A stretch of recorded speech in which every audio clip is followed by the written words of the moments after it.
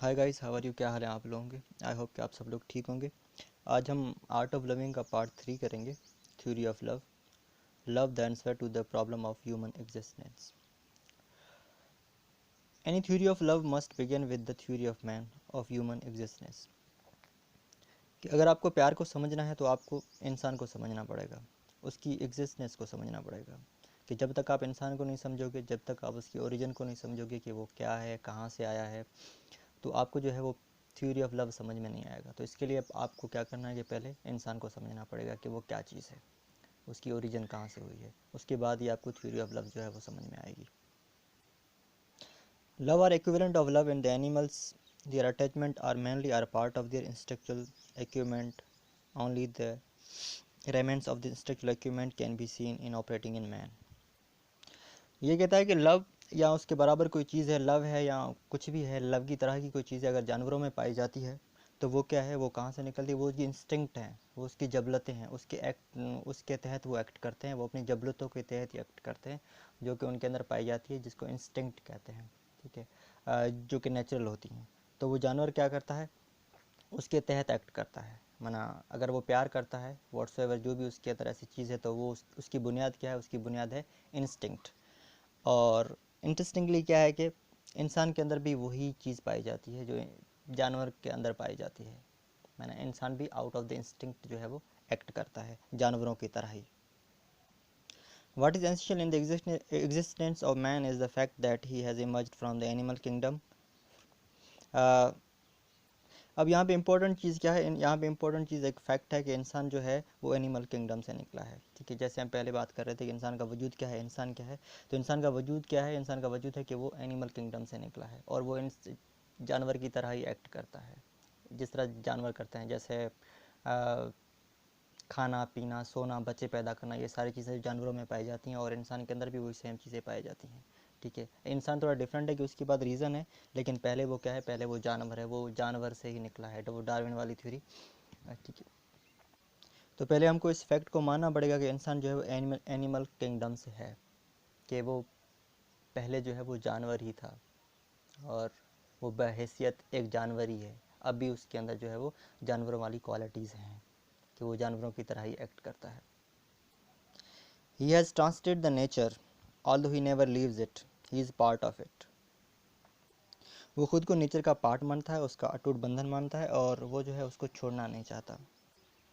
And yet once he torn away from the nature, he cannot return to it. Once thrown out of the paradise state of original oneness with nature, flaming swords block his way. If he should try to return, वो जैसे ही nature से टूटता है, वो जैसे ही nature को change करता है, उसे ट्रांससेंड करता है, तो वो वापस नहीं जा सकता। मीन्स कि उसने जो लेवल 1 क्रॉस कर ली, उसने जानवर वाले लेवल जो है वो क्रॉस कर लिए, अब वो दूसरी लेवल में दाखिल हो चुका है, इंसान वाले लेवल में दाखिल हो चुका है। अब वो जो वापस नहीं जा सकता। इंसान जो एक बार नेचर से निकला तो वो वापस नहीं जा सकता। वो वहाँ जैसे ही वो पैराडाइज से बाहर निकलता है, वो पैराडाइज में वापस नहीं जा सकता। कि आप वहाँ वो स्टेज, आप जो स्टेज है क्रॉस कर चुके हो, अब आप आगे बढ़ चुके हो, अब जो है वो आपका रास्ता जो है वो ब्लॉक हो चुका है, अब आप वापस नहीं जा सकते। अब क्या करना है आपको? आगे जाना है। Man can go only forward by developing his reason, by finding a new harmony, a human one. इंसान को है जो आगे बढ़ना है और उसके लिए वो क्या कर सकता है, आगे कैसे बढ़ सकता है? उसका सिर्फ एक ही है कि वो अपने रीज़न को डेवलप करे और एक न्यू हारमोनी को ढूंढे जो कि ह्यूमन वन हो। माना एनिमल से निकल के एनिमल हारमोनी को छोड़ के जो कि नेचर के साथ है, उसे क्या है कि ह्यूमन वन हारमोनी तलाश करनी है, जो कि इंसान की तरह हो, और उसे एक न्यू हारमोनी तलाश करनी है। The instead of pre human harmony which is irreversibly loss. और वो जो प्री ह्यूमन हारमोनी थी, जो जानवरों के साथ थी, जो नेचर के साथ थी, उसको उसने लॉस कर दिया है, वो उसको खो चुका है। अब वो जो है वो वापस नहीं जा सकता। अब इंसान को क्या करना है? आगे बढ़ना है, आगे जाना है, अपने रीज़न को डेवलप करके। जैसे हम पहले नगारों में रहा करते थे, उसके बाद झूपड़ियों में आए, और उसके बाद हमने हाउसेस बनाए, पक्के हाउसेस बनाए, और उसके बाद क्या उसको कहते हैं, इंसान जो है वो मार्स पे जाने के बारे में सोच रहा है। तो इंसान क्या कर रहा है? आगे बढ़ रहा है, दिन ब दिन आगे बढ़ रहा है, वो तरक्की कर रहा है, अपने रीज़न को डेवलप कर रहा है। तो इंसान को जो है वो ऐसा करना चाहिए, ना कि पीछे नेचर में जाना चाहिए। अब वो पीछे नहीं जा सकता। When man is born, the human race as well as the individual, he is thrown out of the situation which was definite as instinct into a situation which is indefinite, uncertain and open.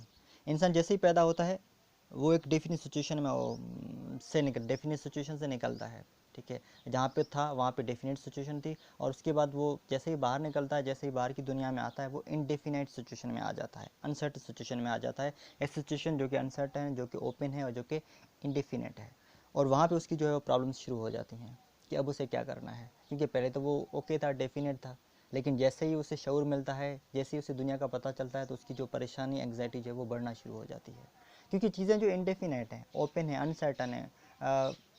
एक होती है ना कि definite चीज़ को समझना और certain चीज़ को समझना बहुत ही आसान है, उसके तहत एक्ट करना आसान है, लेकिन when it comes to the indefinite situation, because the universe is indefinite, और यहाँ पे क्या है कि कोई भी चीज़ हतमी नहीं है, यहाँ पे अब तक इंसान जो है वो डिसीजन नहीं कर पा रहा कि उसे करना क्या है।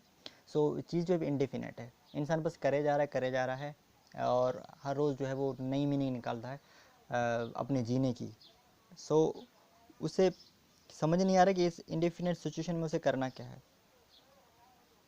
क्योंकि ये जो कायनात है इसका आप एंड नहीं ढूंढ सकते कि आप इस कायनात का एंड कहाँ पे ढूंढोगे, ये जो दुनिया है इसका आप एंड कहाँ पे ढूंढोगे। आप अगर एंड ढूंढोगे तो वहाँ पे एंड के बाद क्या है, वो एंड के बाद भी तो कुछ है। सो ये जो कायनात क्या है, इंडेफिनेट है, ये कायनात क्या है, अनलिमिट है, इनफाइनेट है। तो इस इनफाइनेट चीज़ में जब इंसान दाखिल होता है तो वो डेफिनेटली परेशान हो जाता है, और परेशानी होगी भी कि अब उसे क्या करना है, क्योंकि सिचुएशन तो इंडेफिनेट आ गई, अनसर्टन आ गई है। Man is gifted with reason, he is life being aware of itself, he has awareness of himself. This awareness of himself as a separate entity, the awareness of his own short lifespan, of his fact that without his will he is born and against his will he will die. लेकिन इंसान जो है वो reason के साथ पैदा हुआ है, वो खुद की अवेयरनेस रखता है, लेकिन जब उसे खुद की अवेयरनेस के बारे में पता चलता है कि ये लाइफ जो है वो बहुत ही थोड़ी है, और वो अपनी मर्ज़ी के बगैर पैदा हुए और अपनी मर्ज़ी के बगैर मरेगा, और वो खुद भी देखता है कि उसके सामने जो है उसके प्यारे और दो दोस्त और बहुत सारे लोग जो हैं वो मर रहे हैं, और बहुत सारे लोग जो है वो पैदा हो रहे हैं। तो एक अनसर्टन सी सिचुएशन है उसके बारे में, उसे खुद की अवेयरनेस का पता चलता है कि वो एक इंडिविजुअल बीइंग है, और फर्स्ट टाइम उसको पता चलता है कि वो एक सेपरेट इंडिविजुअल बीइंग है। और दूसरी उसे क्या पता चलता है कि वो हेल्पलेस है, चीज़ें उसके कंट्रोल में नहीं हैं, ना जीना उसके कंट्रोल में है, ना मरना उसके कंट्रोल में है, ना पैदा होना उसके कंट्रोल में, उसके कंट्रोल में कुछ भी नहीं है, वो बिल्कुल ही हेल्पलेस है, और वो सेपरेट है। उसके अंदर जो सेपरेटनेस वाली एंग्जाइटी जो है वो पैदा हो जाती है। The experience of separateness arouses anxiety, it is indeed the sorrows of anxiety. जैसे उस चीज़ को एक्सपीरियंस करता है सेपरेटनेस की, कि वो इंडिविजुअल है, वो अलहदा है, वो डिफरेंट है, तो वो उसके अंदर क्या एंग्जाइटी पैदा करती है। और सेपरेटनेस की जो एंग्जाइटी है वो सारी एंग्जाइटी से बहुत बड़ी है, माना आप ये कह सकते हैं वो कॉज है एंग्जाइटी की, वहाँ से जो है वो दूसरी एंग्जाइटीज़ जो है वो शुरू होती हैं। एक्सपीरियंस ऑफ सेपरेटनेस, कि वो लोनली है, वो अकेला है, वो इंडिविजुअल है, चाहे मेल हो या फीमेल हो। सो वो फर्स्ट टाइम अवेयर होता है अपनी सेपरेटनेस से, और वो उसके अंदर बहुत सारी एंग्जाइटी पैदा कर देती है। This anxiety is also source of shame and guilt which was felt by Adam and Eve, which they have been become human by having inseparate themselves from the original harmony with nature. कि इसमें जो anxiety है वो Shem और guilt भी इंसान के अंदर पैदा करती है।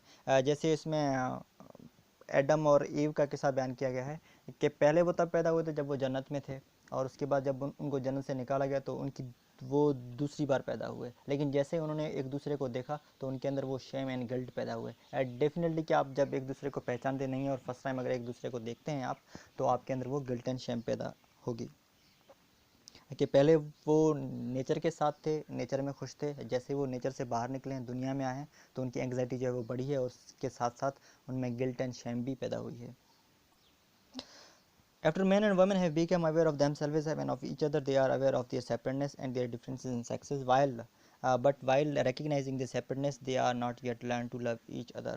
ठीक है, इंसान मर्द और औरत जो हैं वो एक दूसरे की सेपरेटनेस से वाकिफ़ होते हैं जैसे ही वो बड़े होते हैं, और जैसे ही वो इस बात के बारे में उन्हें पता चलता है, अवेयर होते हैं कि उन्हें पता चलता है कि वो जो है वो डिफरेंट जेंडर से ताल्लुक़ रखते हैं, डिफरेंट सेक्स से ताल्लुक़ रखते हैं, ठीक है।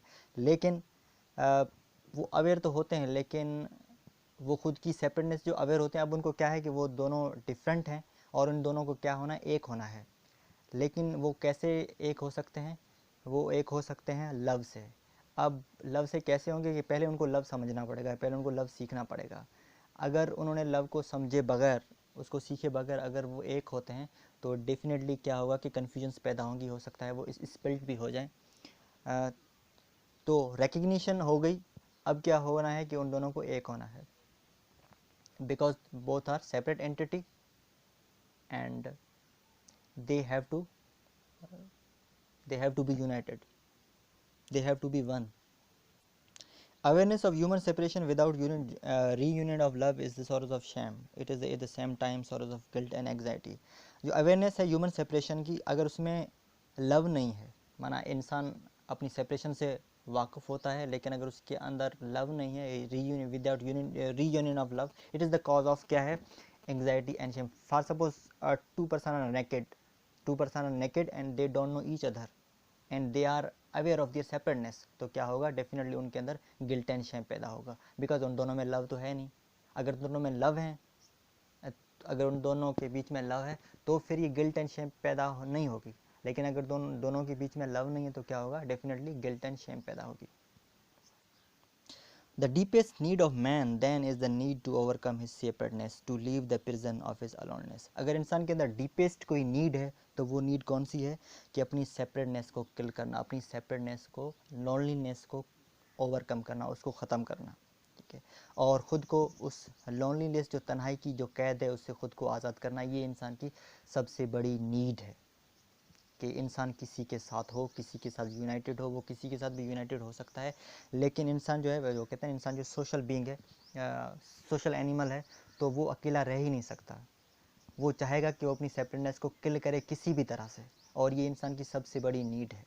ओके, इंसान तन्हा रह ही नहीं सकता. जैसे ही वो खुद के बारे में उसको नॉलेज मिलती है, अवेयरनेस पैदा होती है जैसे खुद के बारे में, वो तन्हा रह ही नहीं सकता. उसे कोई ना कोई चाहिए अपनी सेपरेटनेस करने के लिए, वो किसी के साथ यूनाइटेड होगा, और ये उसकी सबसे बड़ी नीड है कि वो किसी के साथ यूनाइटेड हो, वो किसी के साथ हो.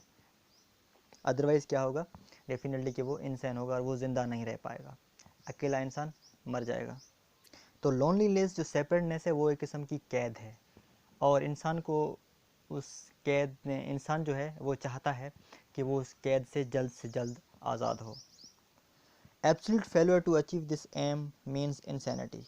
लेकिन अगर ये सेपरेटनेस का जो एम है उसका, अगर उसमें वो फेल हो जाता है, एब्सोल्यूट फेल हो जाता है, तो वो क्या करता है, वो करता नहीं बल्कि वो इंसान हो जाता है, वो बीमार हो जाता है, या फिर वो उसकी डेथ हो जाती है अगर वो उस चीज़ में नाकाम हो जाता है. अगर वो अपनी सेपरेटनेस को किल नहीं कर पाता, उसके अंदर वो फेल हो जाता है, अगर वो यूनाइटेड नहीं हो पाता, तो वो क्या हो जाता है, इंसान हो जाएगा.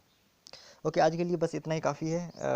तो वीडियो थोड़ी लंबी ना हो जाए, लेकिन ये कि आप इसको पढ़ते रहिएगा ताकि आपको जो है वो चीज़ बेहतर समझ में आए. देखिए, मैं जो है आपको सेकंड हैंड नॉलेज दे रहा हूँ, और आपको फ़र्स्ट हैंड नॉलेज जो है, ये जो बुक है वही देगी. फ़र्स्ट हैंड नॉलेज, उसके बाद सेकंड हैंड नॉलेज, और उसके बाद आप डिसाइड करें कि क्या सही है और क्या गलत है, और आपको क्या करना है, या आपको इस चीज़ के बारे में कितनी समझ में आई है. Okay, thank you.